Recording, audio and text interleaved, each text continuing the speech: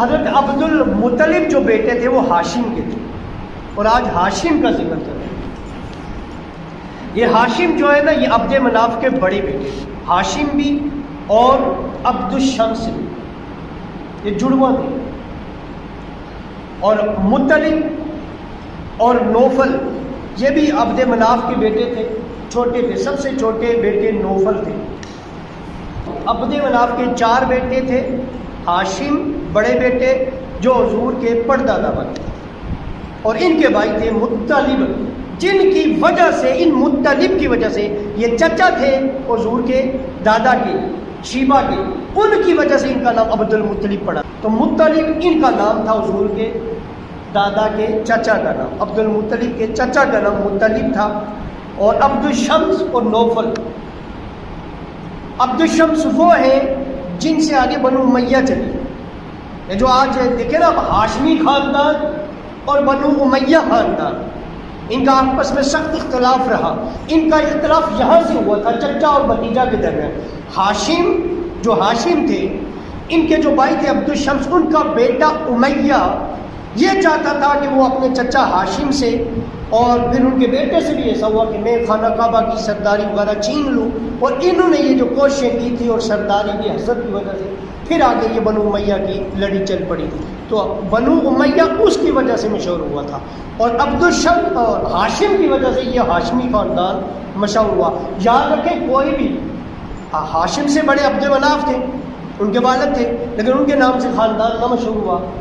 ان کے آگے جائیں تو قصی تھے ان کے والد، ان کے نام سے نہ مشہور ہوا، لیکن ہاشم سے مشہور ہوا، کیونکہ ہاشم کا کردار بہت عالی رہا۔ تو ہمیشہ جو عالی کردار ہوتا ہے خاندان اسی کی طرف منسوب کیا جاتا ہے۔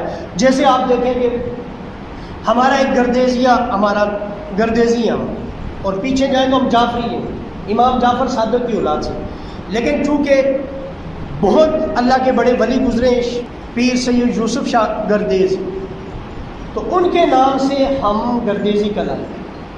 بیسکلی وہ افغانستان سے چلے تھے، ملتان میں آئے تھے۔ کہنے کا مطلب یہ ہے کہ جب کوئی آپ کے آب و اجداد میں بڑا کردار ادا کرتا ہے، اس کی وجہ سے وہ خاندان چل پڑتا ہے۔ جیسے حضور علیہ الصلوۃ والسلام کا خاندان ہاشمی کہلایا، حضرت ہاشم کی وجہ سے۔ تو یہ ہے ہاشم جن کی وجہ سے ہاشمی کہلایا، اور ان کا نام بھی ہاشم نہیں تھا، ان کا جو نام تھا وہ بھی حضرت ہاشم کا جو نام تھا وہ عمر تھا یا عمر تھا۔ یہ دونوں انہوں نے، یہ سیرت جو ضیاء النبی ہے اس میں انہوں نے لکھا ہوا ہے کہ عمر، آئین میم رے، واو اور آئین میم رے، عمر تھا یا عمر تھا، یہ دونوں حضور کے جو پردادا تھے ان کا اصل ان میں سے ایک نام تھا۔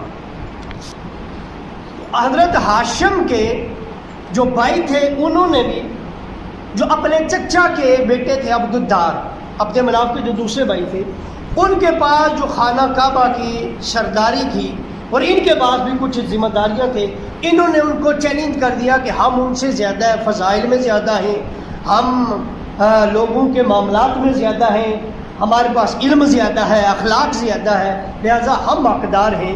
تو انہوں نے، حضرت ہاشم نے، حضور کے پردادا نے اور ان کے بھائیوں نے ان کے ساتھ مقابلہ شروع کر دیا کہ خانہ کعبہ کی سرداری ہمیں ملنی چاہیے، چونکہ اس وقت عبد الدار بڑے بیٹے تھے حضرت قصی کے، اور عبد مناف چھوٹے بیٹے تھے، تو ان کو یہ چیز نہ ملی جو عبد الدار کو ملی۔ حالانکہ عبد مناف کے اندر زیادہ خوبیاں تھیں بڑے بھائی کی نسبت، اور ان کو لوگ بھی پسند کرتے تھے۔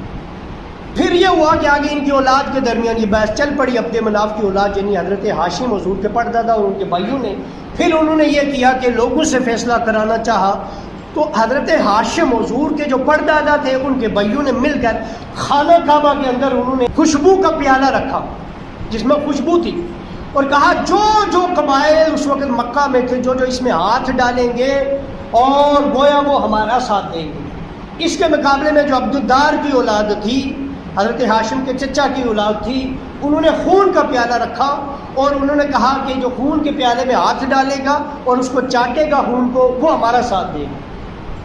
تو یہ دو انہوں نے پیالے رکھے، حضور کے پردادا نے اور حضور کے پردادا حضرت ہاشم کے چچا کے بیٹوں نے۔ تو جنہوں نے خوشبو کا پیالہ رکھا تھا ان کا ساتھ جنہوں نے دیا، جنہوں نے ان کے پیالوں میں، اس پیالے میں ہاتھ ڈالا، جس میں حضور کے پردادا نے جو پیالے میں خوشبو رکھی تھی ان کا نام پڑا یہ قبائل مطیبون کہلائے، یعنی خوشبو والے. اور ان کا ساتھ دینے میں اس وقت بنو زہرہ تھا، بنو اسد تھا، بنو تیم بن مرہ تھا، بنو حارث تھا، بنو فہر تھا. پھر جو دوسرے جنہوں نے خون میں ہاتھ ڈالا تھا، یعنی حضور کے پردادا کے مقابلے میں جو آئے تھے، ان کو کہلانے لگا لائقۃ الدم، یعنی خون چاٹنے والے. ان میں بھی کچھ قبائل تھے، بنو سہم تھا، بنو مخزوم تھا، بنو عدی تھا. یعنی یہ 2 گروہ ہوئے، لیکن ایک تیسرا گروہ پیدا ہوا. انہوں نے ان میں امن کرایا، انہوں نے کہا ہم ایک کا بھی ساتھ نہیں دیتے، اور انہوں نے پھر خانہ کعبہ کی کچھ چیزیں ان کے عہدے کے مطابق تقسیم کی. اب یہاں سے دیکھنا یہ جو اختلاف پیدا ہوا یہاں سے ہوا. جو گھڑ سواری تھی نا، گھڑ سواری یعنی فوج کا سپہ سالار، وہ حضور کے پردادا کے بھائی عبد الشمس کے حوالے کیا گیا، جن کے بعد ان کے بیٹے امیہ نے وہ جھنڈا سنبھالا، ان کے بیٹے پھر حرب نے سنبھالا، پھر اس کے بیٹے حرب کے بیٹے ابو سفیان نے سنبھالا. تو یہ اس طرح ان کی طرف یہ سلسلہ چلا فوج کی سرداری کا.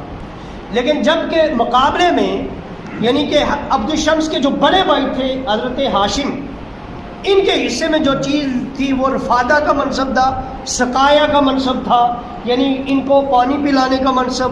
چونکہ یہ بڑے سخی تھے، بہت سخی مزاج شخص تھے، تو ان کے اس منصب کو دیکھتے ہوئے، ان کی اس اخلاقیت کو دیکھتے ہوئے ان کے ذمہ یہ رفادہ اور سقایا کا معاملہ ان کے حوالے کیا گیا.